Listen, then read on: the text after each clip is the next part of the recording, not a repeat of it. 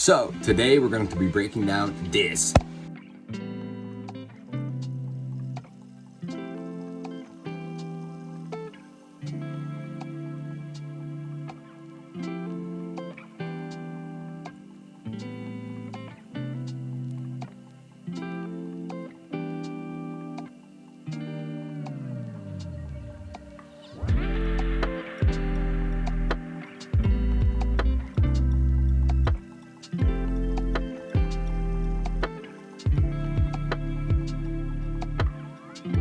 Hey, what's up you goofy goobers? So I'm back. We have a nice video breaking down the DeepSky project I did recently.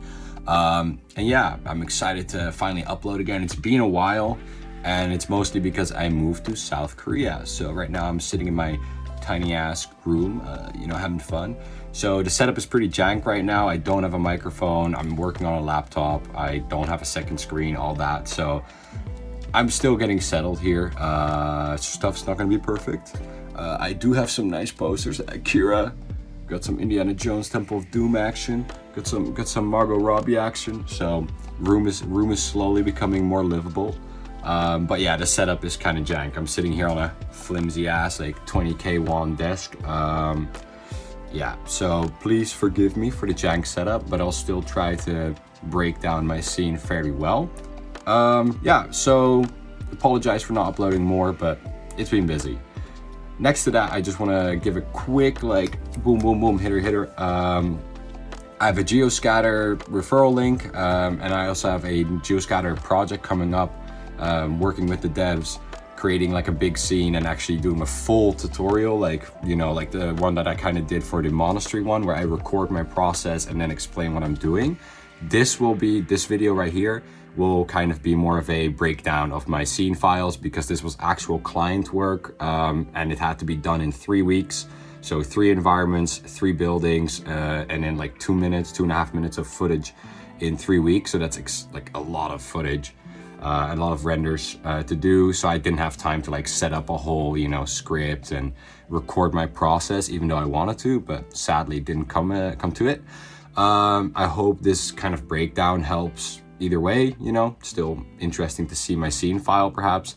And we are also, I want to just give a quick shout out to the Nordic mountain pack. It just got updated recently with a new landscape material that is just better for 3.6 and hopefully also 4.0.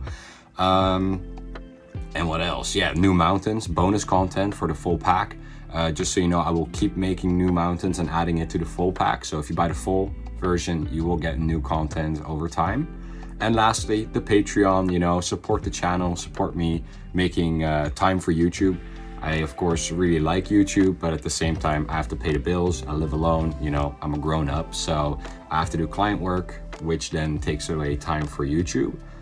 So if you, of course, want to convince me, I guess, to make more time for YouTube, consider the Patreon. You get a bunch of tutorials and, useful stuff, access to the Discord, and I love to look at people's work and just see what you guys are up to. And at the same time, for Sky Scholar patrons, I also have asset packs with trees and mountains. You get the mountain pack Lite versions for free and stuff. So it's actually really good value.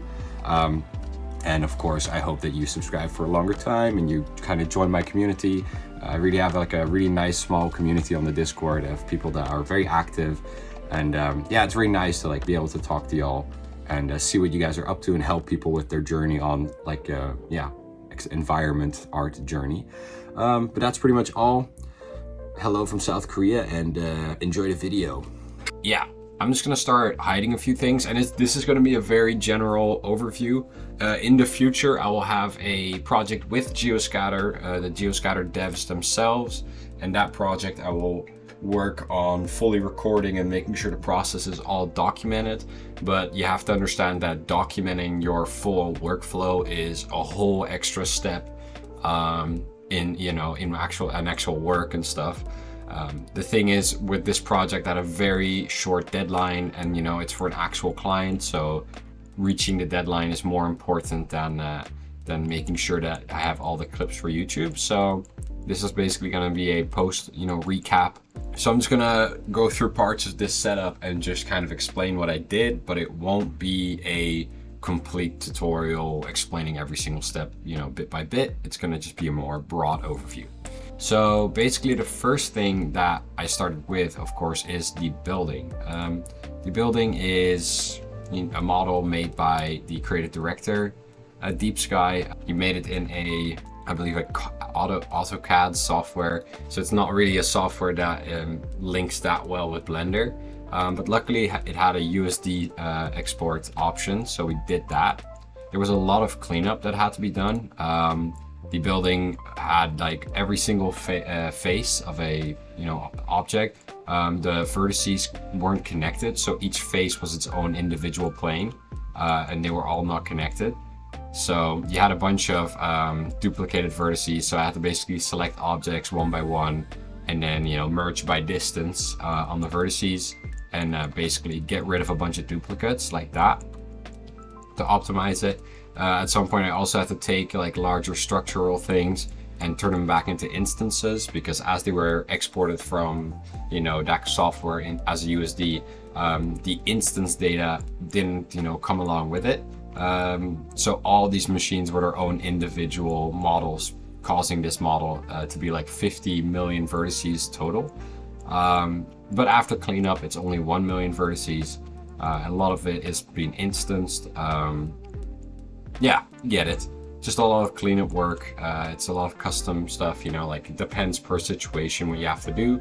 Sometimes I have to fix models. This time the model was actually quite nice. It was just that the import and export and that kind of stuff messed up how many vertices it was and how heavy it was. So yeah, I really had to focus on getting that optimization in there, making sure that the model was not super heavy, because of course the environment around it was already going to be heavy.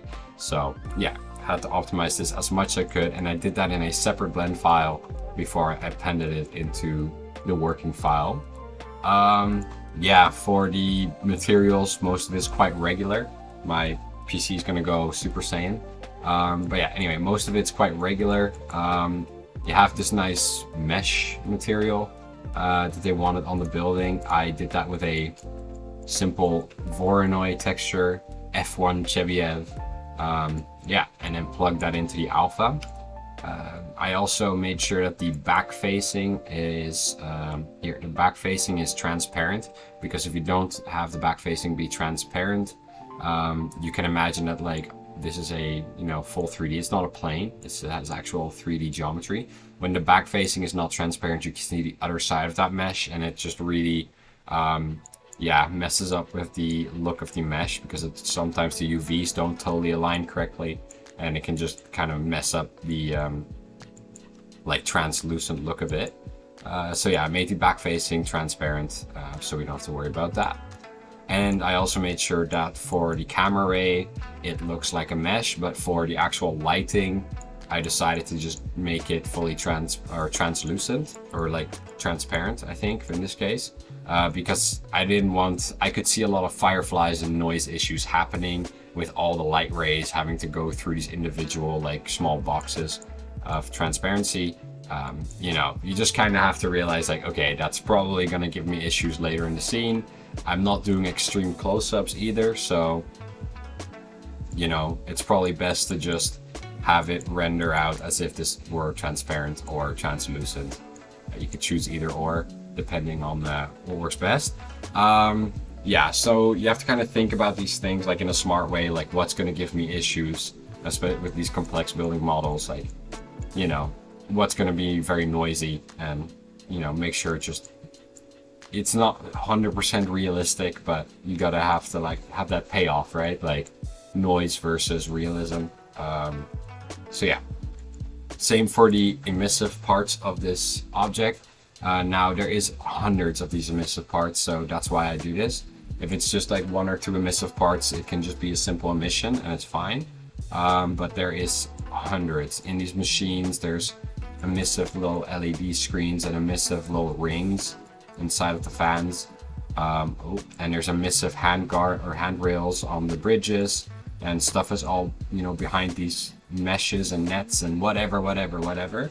It gets really intense. There's just a lot of emissive stuff in the scene going on everywhere, and if you're using the light path node, which really helps with noise reduction, But like that will just eat up your VRAM if it has to calculate, you know, hundreds of individual emissive objects inside of that. So what I did, instead of emission, I took a mix node.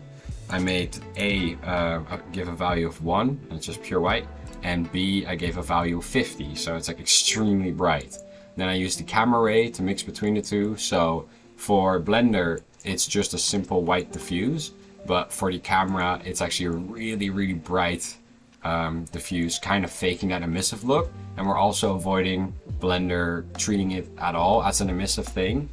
So just like it doesn't get taken into account when calculating the light path, you know, light paths at all. Again, just for safety, you could maybe get away with it being emissive, but I'm just thinking of fireflies. I'm thinking of, you know, Blender being a quirky software. So just by being safe, I make this fully diffuse, and I make the diffuse, you know, brighter, but only for the camera, not for the actual scene. Just trying to avoid as many issues and fireflies as possible. Again, realism versus, you know, noisiness and that kind of stuff. You have to think about it. And as well, like, it's going to be distant shots, so you have to balance it out. Now, the thing is, with this building, it's like you're not going for 100% realism. You're going for this stylized, beautiful realism that you see with a lot of ArchViz. Like, it looks too good to be true kind of thing, but it still looks really, you know, real, but it's too nice. You know, we always get taught to like add grunge and that kind of detailing to add realism, but of course for a client's building, you're not gonna cover it in dirt and mold to make it look realistic, because, you know, they're trying to sell this concept. They're not trying to, you know, look like they have a dirty building. So yeah, it's okay to sometimes play around with the realism, in my opinion, when it comes to ArchViz. And in that case, there's also like the windows. So I'm just gonna add the point lights back in that were inside, just for some simple lighting. But yeah, the concept glass that I called it, it's basically a mix between transparent and glossiness. I think for the client, I actually had the mix at a 0.5, which is quite intense, but they, you know, they didn't want to really focus on the interior just yet, as it was quite empty. So just increasing the glossiness, you know, less of the interior is visible, or very noticeable, I would say.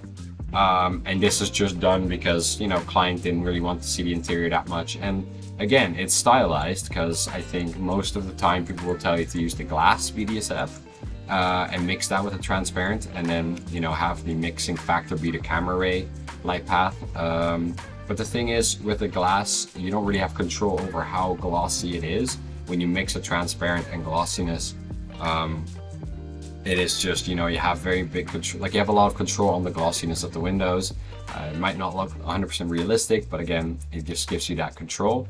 And it looks a bit more stylized. And then of course you mix it with a transparent yet again with the camera ray node, with the camera ray input, I mean, just to make sure that the lighting isn't affected by the glossiness at all. But yeah, that's just my way of having this stylized, you know, ArchViz glass, just glossy and transparent, very simple.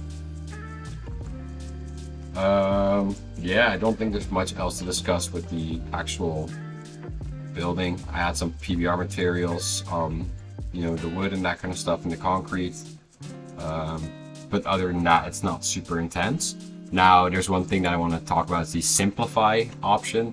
Again, huge scene. So for my viewport, I have it simplified to 512 texture limit. 512 texture limit is, you know, more than enough to work in, but of course you'll notice it when you get close to stuff. You know, when we get close to this wooden floor, you can definitely see it's blurry. Now with the render, it's at 2K, and 2K is pretty good. I wanted it to, like, I would love to have it at 4K, but with all the mountains, trees, and the building, and whatever not, and cars, people, 4K texture limit was just a little bit too much, even for my 16 gigabytes of VRAM. It was kind of pushing it. So yeah, limiting at 2K actually made it quite nice and renderable. So it's about 10 gigabytes of VRAM in total now. So yeah, not too bad. all things considered. The only sucky thing is, of course, that your HDRI also gets cut down on. You can see it's very pixelated now with this 512. With 2K, it's not super blurry, but it's definitely not like extremely sharp. So that's something you have to consider. It's a payoff, you know. It's not gonna, for performance, you're paying off a bit in quality. In my opinion, like in this scene, I thought, hey, there's gonna be lots of glow. It's very low light. There's gonna be a lot of haze in the sky. That sky being slightly blurry and not totally sharp 4K is not even going to be noticeable in most cases. And I was right, it really isn't. So yeah, happy with the results in the end. 2K texture limit was very nice.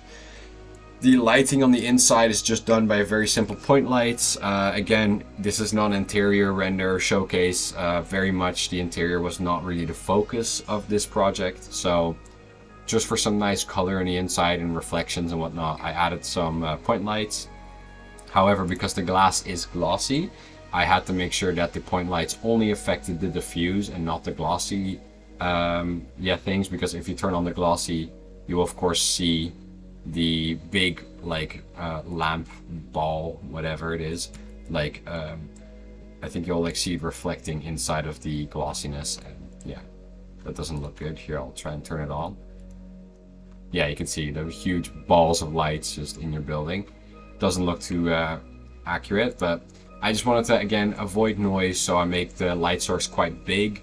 That's another thing you have to consider. If your light source is very small, you get sharper shadows, but there's also the chance of more fireflies and just in general more noise.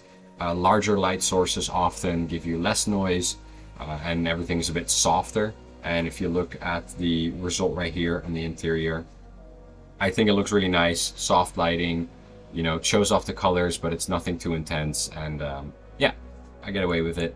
All good. So let me get out of render mode for a second.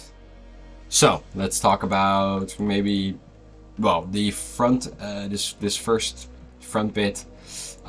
This is all sculpted. It's very like, you know, not a lot of effort put in the sculpt either, because I know it's going to be covered in trees. So, you know, it doesn't have to have that much detail. It just kind of has to look a bit hilly. The road is just modeled and also like with a curve modifier and an array modifier, of course, just added in. The water is done with a volume absorption and of course just a classic principled BDSF with a Musgrave in the bump, you know, getting that little rippling in there. However, the alpha is set to 0.25. That way the volume absorption kind of comes through and you can see below the surface of the water. I'll turn on the shading. So yeah, you can kind of see the foreground looks really whack, of course, without the scattering on it. It's just very simple. However, you know, the water is also not like something incredibly not something incredibly crazy or anything. It's just quite a simple water setup. Again, it's only in view from a flyover perspective. It might even be a bit too transparent, maybe 0.5. Just depending on how bright you want your reflections to be, you can adjust the alpha a bit. But yeah, I think 0.3 works because I really like that subsurface like kind of look where you can see below the surface and see a bit of the darker areas down there. Now the road, I made this texture in Quixel Mixer myself. Yeah, just an asphalt texture I put together with some decals on it, of course, for the lines. And then in Blender, I used some noise textures to kind of break up the tiling a bit. The tiling might still be there a little bit, but the noise is pretty effective in removing the tiling, especially when looking at it kind of in a reflective way. Yeah, just kind of making sure that the tiling isn't too obvious. But again, the road is not really the main subject. Again, speaking in terms of a rush job, you have to really prioritize certain things and, you know, not worry about other things as much. So yeah, the road is just there. Then we have a little bit of mud. So the foreground was kind of boring in some shots, so I decided to break up the field with some mud. This is again a Quixel Mixer texture I put together myself, some mud and puddles, and then I just painted them in slightly in some areas in the grass. I didn't want to overdo it. I didn't want to make it look like a total swamp, but just like a healthy, natural little bit of mud in a field, you know, a little bit of dirt. It's not going to be super lush and beautiful all throughout. There's going to be a few breakups in the terrain. Yeah, and the mud just kind of slightly painted in there really helps that. And of course I'm using the painted mud, like the mask. I'm using the mask in GeoScatter to actually mask out the grass there as well, so it kind of breaks up the grass growing. Now for the actual facility, I have the asphalt texture as well, and I painted that in. So around with, again, another mask, I painted in just a circle around the building, and then pathways all around the machines. Again, using this mask that I have for the asphalt, I also use it as a mask to mask out the plants that are growing. That way you get like this really nice park look, I suppose, where you have the little pathways and then you have the little lush areas around. On top of the building, I have another GeoScatter setup inside of these plant boxes. I think this might have been manual scattering, and then the shrubs, the smaller shrubs, are just a normal scatter layer. Yeah, just some scattering in these plant boxes, you know, for extra detailing on the building. And now we can pretty much go talk about the humans. This is an add-on, procedural crowds, I think. I'll link it in the description. So again, this is an add-on that just very easily adds crowds. You can add them walking along a curve. So I have a few walking along a curve on the rooftop. You can add them standing on vertices. You have different animation sets, but I'm just using the base animation of idling. I have them inside the building, outside of the building, standing everywhere, looking around. There's actually also crowds of people walking, you know, outside of the building, just here, chilling, walking on his phone. Then I decided to add a few people walking along the bridges. You know, there's little bridges, so why not add some people on them? And then I have another system where I have people walking throughout the park, just kind of relaxing, I guess, and just seeing the facility. I really wanted to give it a lively look, you know, just kind of showcases like, hey, this is a facility, but also like a park. You know, people are just, it's a lively area, kind of.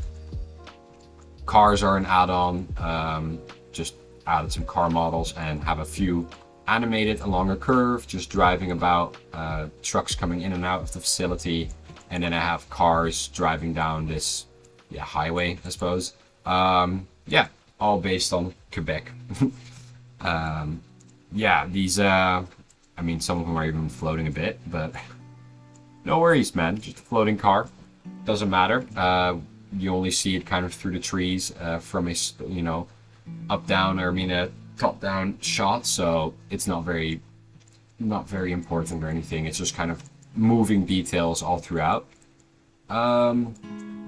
That's, yeah, okay, so the atmosphere, I'm actually gonna leave it for Patreon. It's a special atmosphere setup I have. It's yeah, right now, like, you can have multiple options. It pretty much removes all the noise for just the base atmosphere. So as you can see, like, this atmosphere that you have in the distance. I have a bit of noise for like some volumetrics when it comes to like the sun. I wanted to really have some like anisotropy of the sunlight coming into the valley, and, you know, having the morning dew all be lit up by it. That is a slight bit noisy, not very noisy, but a slight bit. However, the atmosphere itself, like this blue haze, I have a system that is very controllable. You have so many controls, and at the same time it's completely noiseless, and I've used it in a lot of scenes now, and it just instantly gives you that beautiful haze. You can adjust the density, adjust distance, all that. But that's something for the patrons, you know. That's where I kind of explain my custom little setups. Yeah, you know, a man's gotta eat. Anyway, let's also talk about another thing that is, I guess, a paid asset or whatever. Yeah, the Nordic Mountain Pack. I'm very excited about this pack. Hold up, let me just turn up the texture limit, or turn it off, I guess. So the Nordic Mountain Pack is a pack that I've been working on all summer, and it's really been focused on, you know, creating mountains that are for Nordic environments, talking Norway, talking Iceland, talking Faroe Islands, and I'm talking about Scotland, and lastly, Alaska. I looked at all these regions and took inspiration and made mountains that were basically, yeah, very much part of that kind of biome. Now, there is a bunch of mountains in it already. They all come with all like a whole bunch of maps, and then also with a bunch of objects like OBJ files, all like adaptive subdivided meshes and stuff.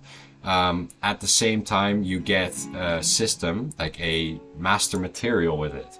So you have one single master material, and it's this. And all you have to do is add your textures in these node groups, and then you're done. And then when you add a mountain into your scene, so I import like this OBJ, right? And I scale it, whatever. All you have to do is then you have your master material, you append it into your scene as well. And then on any mountain you add, you just have your master material. And then you go down to this mask group up here on the top left. And all you have to do is just click on this, first you have to append the mask group from that file as well. And then all you have to do is just press this down button and just select the masks for a mountain. So it's very easy, you just switch it out and everything will be connected on the right places, you know, so you have to do nothing, you don't have to set that whole system up, it's all connected and ready to go. I added a bunch of sliders to adjust your settings, colors, everything.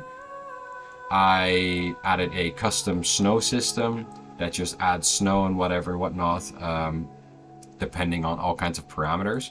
See if the parameters are set up for this one. So yeah, boom, now you have a snowy peak. You can adjust the height, you can adjust the density. Maybe we want some grass snow, so not as thick, but just kind of laying on like the foliage. Let's see, yeah, some grassy snow, you know, add that in there. Kind of looks a bit more fuzzy because it's laying on top of foliage. You can adjust the texture and whatever. There's just a lot of controls there. Let's turn off the rock snow again. You can turn off the snow altogether. So this is of course the snow map from Gaia, which is a bit more like the summery, like, you know, set like it's been settling and it's kind of melting snow. You can just get rid of that too if you want. Yeah, a lot of controls. Now I'm also updating this. I have a bunch more mountains that I made, and it's kind of more of an expensive pack. So, you know, I'm kind of adding more mountains and I'm going to update it. And I'm also updating this master material. As when I made it in 3.4, and 3.6 has a lot more gimmicks and issues with 3.4. So I kind of have to update it to make sure it's all set and ready to go on the, on 3.6 and 4.0 hopefully. But yeah, you're getting these high quality 8K mountains, also 4K for some of them, but there's a lot of 8K mountains in there. Just check out the Gumroad page for details. Really put in a lot of effort, a lot of control, and I think the magnum opus of this pack is definitely the master material. So my workflow with mountains has increased like tenfold. All I have to do is just pop a mountain in, append the master material and the mask node group, and then just, you know, once it's all appended, I can just append other mountains in with their masks, and I just copy the master material, and just all I have to do is change out the mask group and it's all ready to go, all set up instantly. And then I can change stuff here individually.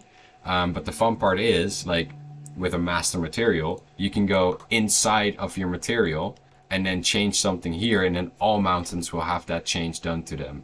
But if you want to adjust something individually for the individual mountain, you can change it here. Yeah, it's just a really cool setup. And it also, of course, avoids duplicate textures. You know, with the node groups, and make sure that all the textures are inside these node groups, so you don't have like duplicate textures when you duplicate a material. Yeah, what can I say? I really did my best to make rugged, beautiful mountains. This one in particular is very, like, I think it's literally called rugged, because it has these rocky, you know, tops up here. Yeah, a lot of control. So yeah, pretty proud to just showcase it a little bit. But they also work perfectly for my scene set in Montreal, because there's some rugged Nordic mountains there too. So popped it in, you know, textured it very quickly with the master material, and got ready to go. There's a lot of them here, so actually turn on another one as well. So this one is a bit more of a large scale terrain, hill based. Yeah, also lots of detail, especially in these rocky areas right here. Just, yeah, cool terrains. And yeah, just know that I'll keep updating this stuff. Like, I'll keep changing the master materials to be better and better. It's of course a thing that I'm just working on constantly. Still working on really perfecting grass. It's quite difficult to get grass good because you need to, you know, make sure the bump isn't too strong, but at the same time it needs a little bit of bump, I suppose, you know, so it's hard to get it all right, but it's being worked on, and new mountains are being added too soon. So yeah, it's a bit more of an expensive pack, but I do definitely still support it. It's not just like a dropping off an asset and leaving it. It's something that I'm just continually working on because, yeah, some of my favorite environments are definitely Nordic environments, and it's always been the thing that I want to improve and get better and better at. So yeah, if you choose to pick up Nordic Mountain Pack, just know that yeah, I'm working on it and really trying to get you guys the best pack for Nordic mountains that I can create. And yeah, hope that's all cool, and we'll continue with the rest of the scene. All right, so there's our terrain. We have our terrain. The lighting is just a sunlight and an HDRI, so I wouldn't say it's like anything insane. It's just a low light early morning or evening HDRI, and then that's paired together with a sunlight that's also very low, on a low angle for those long shadows, and I have it on a slightly reddish yellow color. Here's the hex code in case you're interested. Yeah, just slightly there. I have a road mask, which is a Bezier mask around the road. This is for my GeoScatter setups. I can use this to just mask out all the scatter layers so they don't clip on the road. I think I used a Bezier because I can be really accurate, you know, with a Bezier curve. You can just, you know, really make a very accurate mask, which is hard to do with weight painting when you don't have enough vertices in an area. So yeah, I really like using Bezier masks, and you can move them around really quickly too. Yeah, so let's talk about the actual GeoScatter setup. So I don't know if I have to completely explain everything I ported in. I can show it, I suppose. Well, of course, everything is turned into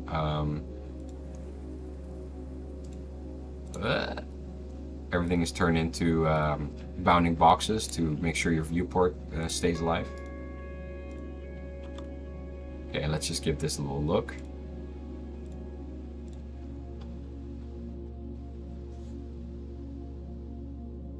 $13 million vertices on like stuff I'm scattering, so it's quite heavy. Most of the scene is in these trees. So the deciduous trees are all 3D Shaker assets.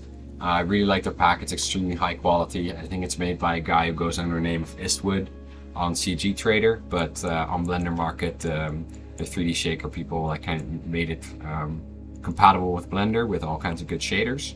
I did change the shaders.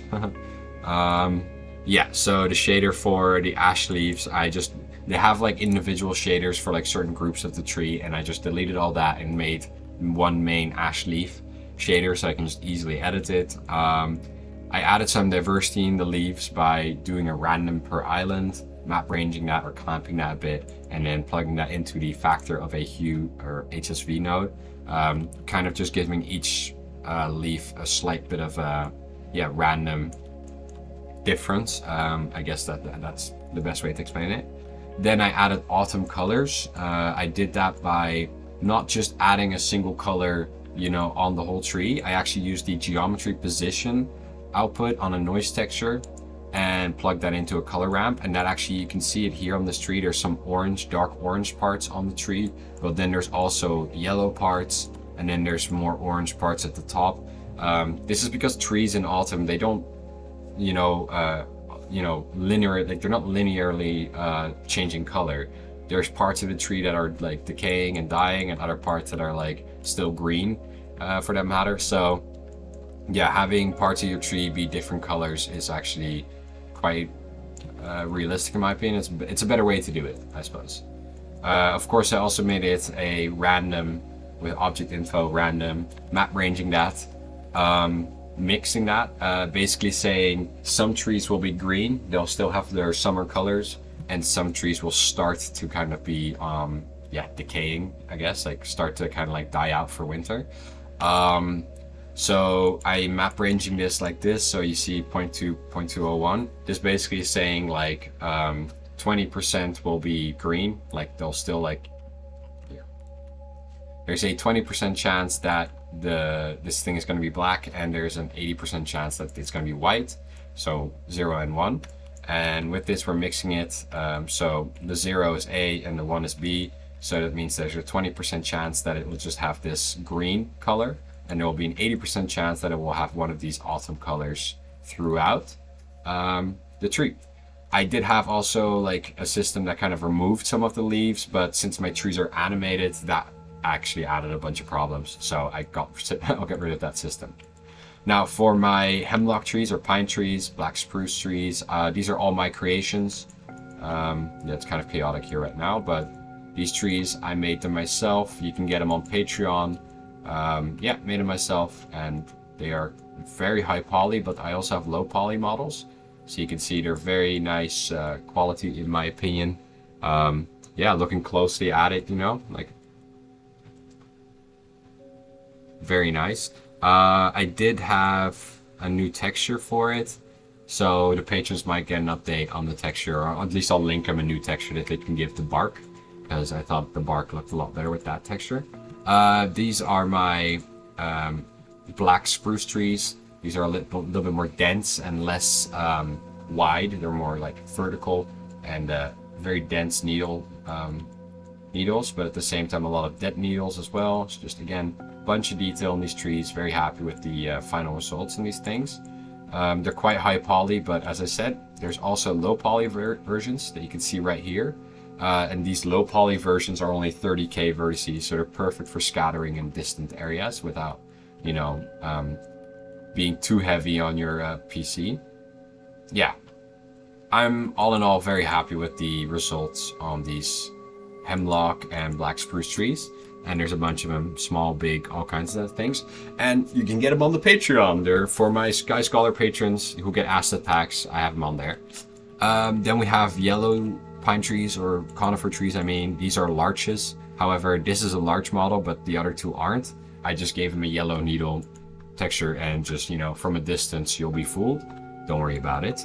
And some grass, shrubs, and rocks and debris. And this is all Quixel assets, so shout out to them. Always having good, high quality assets with low poly counts. Lovely stuff. So hope that kind of breaks that down of what I'm scattering. And let's get into the scatter layers. That's probably the most important part of this whole project. Let's start with the forest. So GeoScatter 5.4. If you want to get it, please use my referral link down below. You can support the channel and these breakdown videos and future tutorial videos. The GeoScatter devs have been really nice enough to give me a nice referral link. So if you use that referral link and buy GeoScatter, I get a percentage of the amount that is paid. It's not anything more. You're not paying extra. It's just a percentage of the price that they earn is given to me. It's just a nice collaboration and a nice way to support this channel and me actually doing YouTube instead of more client work. If you want to get it, please consider using the referral code down below. I'll put it in a pinned comment and whatever. So let's start talking about 5.4. Amazing update. I actually texted the GeoScatter devs like, hey, you guys should add groups for your GeoScatter layers, because I'm always having so many layers on one single object and I get confused. And having groups just to organize it is amazing. And they were like, oh, dude, it's already in the works. Don't worry about it. We got you. So the legends had already been working on it. And it's even better than I even wanted, because the GeoScatter devs added these group culling masks, group skill boost, and group patterns. So you're able to actually mask out whole groups of layers all together. And that just makes it so much easier. So I have, like, for example, in my terrain, I have a vertex group for forest, I have a vertex group for meadow, a vertex group for river, and for river foliage. And it just makes it really easy because I'm able to apply these vertex group masks onto the actual system, or onto the actual groups. So I don't have to add this vertex group mask to 4 different layers. I can just add it to the group and I'm good. And I can just, add this layer to a group and then it's instantly masked correctly. So you can also stack masks. So you could have your forest your forest group layer have a Bezier mask mask out a certain area, and then for an individual layer you can have another Bezier mask mask out another individual smaller area, for example. Same with vertex groups, same with images, everything. So you're able to actually stack 2 different masks on top of each other. Yeah, just gives you a lot more customizable things and options, and it's lovely. I really like it. So this group thing, for me, that totally makes GeoScatter worth it over any other scattering system or whatever. It's just so clear, and it just makes having so many layers very easy to understand. So we have yellow larches, which I showed you. We have deciduous trees and pine trees and a forest undergrowth. Very simple layers, of course, random scale, random rotation, blah, blah, blah. They have patterns though. So I used a conifer pattern on the pine trees, and then I used the same conifer pattern on the larch trees. However, I inverted it, and by inverting it, it makes sure that they don't grow, there's patches of yellow trees and there's patches of these pine trees. And then I have the deciduous tree has its own little pattern, the deciduous pattern, and I think I forgot. I recreated this stuff on my laptop, so I forgot to actually add that. But you can add another pattern, the deciduous pattern, and then mask that one out too. And now, they're all not growing in each other's sections, and it's really easy to have little clusters. Okay, I'm gonna turn it on. I'm kind of scared what it will do to my computer, but oh Lord. Always scared to put on this many heavy scatter layers all in your viewport. Again, GeoScatter makes it very easy to have your viewport display placeholders or single points, just very much lighter objects, so your viewport is fine. But of course in the rendered mode it's going to look a bit more intense or be a bit heavier, but very doable. So here you can see it. You can see these clusters of pine trees, hemlock trees. You see clusters of these deciduous trees. Then you see smaller clusters. So I adjusted the pattern. You can edit the pattern all kinds of ways. I adjusted the pattern to be a bit smaller for the yellow trees because these larches, I just didn't want them to be as common, I guess. So yeah, they're there. And then we even have small undergrowth under the trees. I mean, this is totally probably unnecessary extra. But yeah, there's small undergrowth of smaller pine tree or smaller hemlock trees, and little bushes just filling up the gaps in between in case the camera catches maybe a little bit of an empty spot, but it doesn't really happen. Yeah, so there's a lot of scattering going on throughout this whole foreground, and of course the backgrounds also all have the scatter layers, but they're a bit more simple.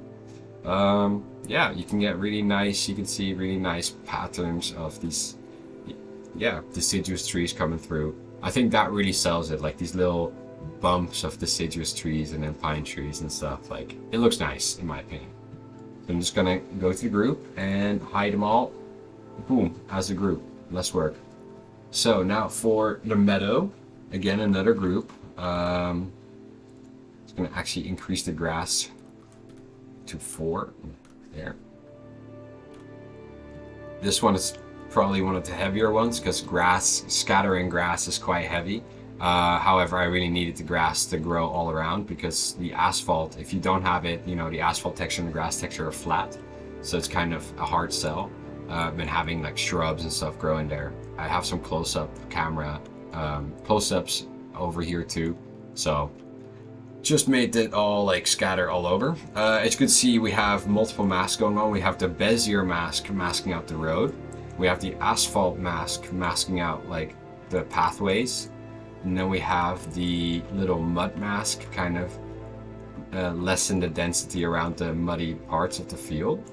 and that really just gives you a lot of breakup and detail, in my opinion. Again, please don't crash. Whoa.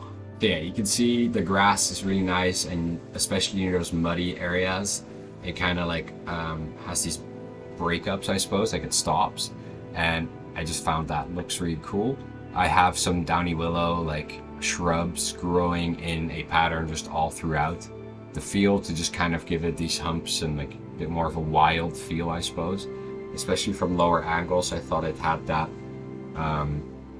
very like wild kind of Nordic feel. So yeah, that's why I went for it. Now looking from a higher angle, of course the humps are maybe a bit intense, but it'd be what it be. I broke up the color, especially on the downy willow like shrubbery that you can see.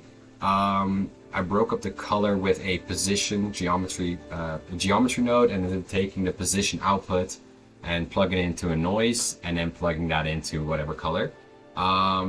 This is something that you can see, like I did the same with the trees and the autumn colors. It basically dictates the color of an object based on the position in the whole scene. And that way when you're scattering an object, when you use that geometry position output, you have control over, you know, this noise on these scattered objects. So you can break up the color of these objects kind of in clusters. So you can see how it's like all the ones that are near each other somewhat have the same color, and they kind of like fade into other colors. Yeah, just breaking up the autumn color scene. Again, autumn colors are very hard to pull off and look realistic. Even if you look at images, real life images, they're often edited and made more saturated. So it's very hard to dictate like realistic autumn. I find it quite hard to pull off and look nice, you know, because if you do realistic autumn, it's probably going to be muddy, wet, a lot of dead leaves and empty branches, so not very inspiring stuff. We want those, you know, kind of like photoshopped images style, you know, very bright, saturated, beautiful, still full trees, you know, trees with full like leaves and stuff. And that's of course because it's client work. You want to make your facility look nice. You don't want to have it all in a depressing like autumn setting. So you're going kind of going for a stylized autumn setting here. Very stylized, beautiful colors, very lush still. Realistic, of course, would be a lot more empty branches and muddiness. So keep that in mind. This is not going for 100% amazing realism. You know, it is definitely a more stylized realism, going for beautiful image rather than a 100% realistic image. Which I think is totally fair. You know, you should always, like, I feel like a lot of people now are just judging based off of realism, and it's like, yeah, realism is cool, but you're doing 3D, so you have control over everything. Why not push the boundaries of realism a bit to get a nice image? And that's kind of, I guess, how you have to look at it in this case. Like, I'm just pushing the boundaries a little bit in order to just get a really nice image, not necessarily to get a 100% realistic image, right? So yeah, looking at it from here, like, looks very beautiful. Don't know if it looks 100% realistic, but I'm happy with it nonetheless. Let's have a little look. You can see where the scatter layer ends and it just turns back into the grass texture, but yeah, it looks really cool in my opinion. Okay. So that's the meadow. So now we have some manual details, which is quite boring stuff, to be honest. It's not very intense. So yeah, we have some branches laying in here because I just kind of wanted to break up the grass field. I added some small maple trees on the side of the road that just kind of like look planted, of course. What else? Amanche. Oh yeah, there's some trees here too. So this is just small detailing I just did with the manual scattering setting in GeoScatter. Amazing setting. I explore it more in the God's Valley tutorial or breakdown. Yeah, just manually being able to paint in scatter layers is very nice. Can get you a lot of control, and it's also very light on the system. So yeah, very happy with these little trees. Of course, without the grass, these look a little extreme, but yeah, it's just here to break up the grass field a little bit. make it a bit more wild, I suppose. So the river, this one's quite heavy. Yeah, I kind of just looked at a few Quebec references, and there's a lot of rivers often in like the valley, like in the mountainous areas. Yeah, of course, there's just a lot of rivers in the valleys, so thought I might as well add a river, because there's often like roads running along these rivers and stuff, and since the client really wanted a road going to his facility, I thought, well, might as well add a river too then, because reference kind of says it's very common to have a river and then a road next to it, so I followed reference and added a little river. And on this river I made it quite rugged, added a lot of rocks inside of it, and then a lot of scattering debris on the sides, of course, like it's taking that debris downstream. I noticed that there was often pines and birch trees mostly living on the edges of the river, so I made it pines and birch trees, and then the deciduous trees are, you know, growing a bit more out of bounds, I guess, away from the water.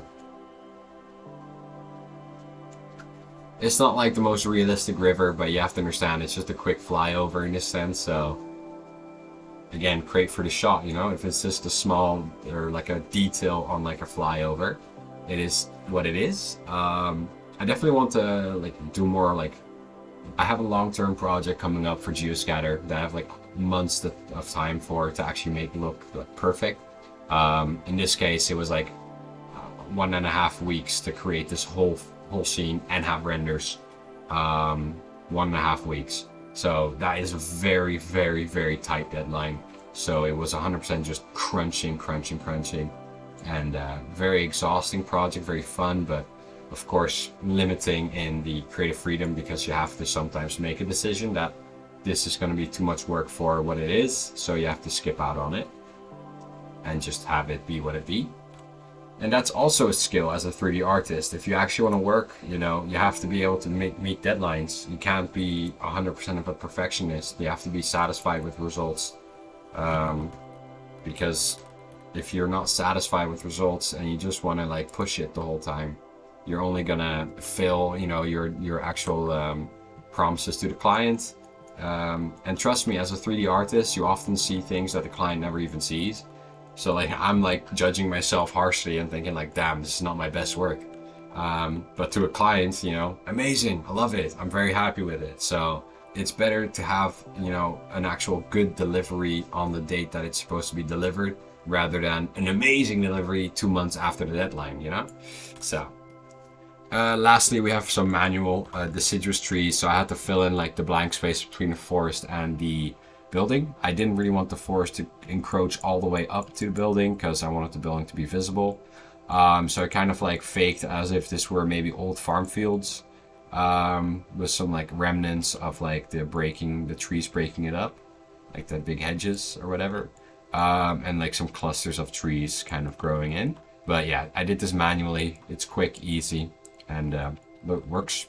And then I added a shrub system, which has an ecosystem affinity to it, to the actual trees. So it kind of builds off from there, kind of tapers off the edge of these trees. It's quite lush. I'm not 100% sure on how I felt about these trees. It was kind of one of those things, like it didn't look good without it, but at the same time with it, it was also not something that totally made me happy. But, you know, as I said, I have to reach a deadline. So at some point you just have to say, yeah, it works, looks pretty good. And you have your camera angle, so don't change anything anymore, don't touch it. Yeah, so this is the last scatter system, pretty much all manual and automatic. Just kind of having the details around the building. And yeah, with manual you have more control, so in case any single tree is kind of in the way, not looking good, it's very easy to pop into the manual mode and delete that single tree. So yeah, good stuff. And then of course I could also place some trees and stuff like inside of the actual facility, for some like park, field, whatever. So yeah, that's the last scatter layer, and altogether, well, you've seen the results. On the mountains, I have scatter layers too, but they are more general. They're like simple scatter layers. I just have a weight paint on the area that you can see, and then I scatter the trees on there, and then I make sure that the trees don't grow on slopes that are too steep. And that's pretty much the only mask, except for this. Oh, and I make sure that they don't grow in the snowy areas. And past that, there's not much specialness to it. It's just a very simple scatter layer. So I'm not gonna have to cover it. So I hope this breakdown was useful. I hope it really like gives you a good indication of like how I do my scenes, especially this ArchViz stuff. And yeah, like more actual in-depth tutorials are coming up, but you know, takes time, big projects, so have patience. I'll be here, and if you want to learn more, I will have stuff. I have a bunch of stuff on the Patreon. I have assets on the Patreon. I have more tutorials coming up on the Patreon as well. And yeah, if you want to buy GeoScatter, use the referral link down below. It helps me out. And if you want to try and maybe look at the Nordic mountain pack, check out the Gumroad page also down below. Yeah, I really put in a lot of effort, and updates are coming. I have new bonus content plus an updated master material, so don't worry about it. Updates are, I think, only for the full version. The Lite version, I will give the Lite version a new master material, of course, but the extra bonus content mountains are for the full pack. So just a disclaimer. Thank you for watching, and hope this was helpful, and yeah, see you guys later.